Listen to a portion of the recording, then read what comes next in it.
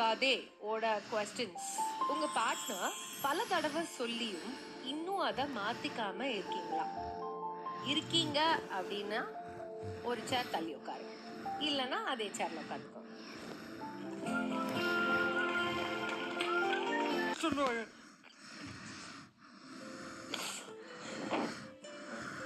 நிஜமா சிரிக்கணும்னு ஆசை இருக்கு, எனக்கு பொறுப்புகள் நிறைய இருக்கு, அதனால சிரிக்க முடியல.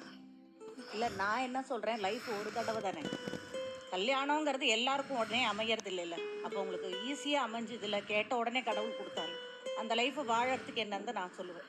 பொறுப்புகள் ஸ்டேஜ் பை ஸ்டேஜ் எல்லாருக்குமே இருந்துகிட்டே தானே இருக்கும். அப்புறம் நமக்குன்னு இருக்கிற ஆசையெல்லாம் என்னது? போகும்போது ஒன்றும் கொண்டு போகிறது இல்லை. இல்லை, நான் சொன்னதில் ஏதாவது காசு பணம் செலவாகணும். மேபி இன்னைக்கு போய் அவர் யோசிப்பாரணும்.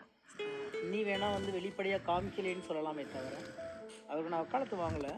ரொம்ப அன்புக்குரியவர். தன்னோட இயலாமையை வெளியில் காமிக்கிறதுக்கு பயந்துக்கிட்டே அவர் மறைக்கும் போது அந்த இறுக்கமான ஒரு சூழலுக்கு அவர் தள்ளப்படுறார். நான் நிறைய பார்த்துருக்கேன்.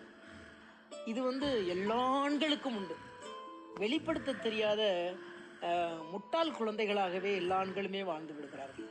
ஆனால் பேரன்பு உள்ளவர்கள் பெண்களிடம் கணவன் மனைவிகளிடம் அவ்வளோ அன்பு வச்சுருப்பாங்க. ஆனால் தன்னோட எங்கே வெளிப்படுத்தினா அழுதே செத்து போயிடுமோங்கிற பயம் இருக்கும் எல்லா ஆண்களுக்கும். அதில் ஒருத்தராக தான் நான் ஐயா பிரியா நம்ம பார்க்குறேன். நிச்சயமாக இந்த மேடையில் இதை ஒரு உணர்றாருனாவே இன்னையிலேருந்து அவர்கிட்ட ஒரு சேஞ்சஸ் நம்ம பார்க்கலாம்.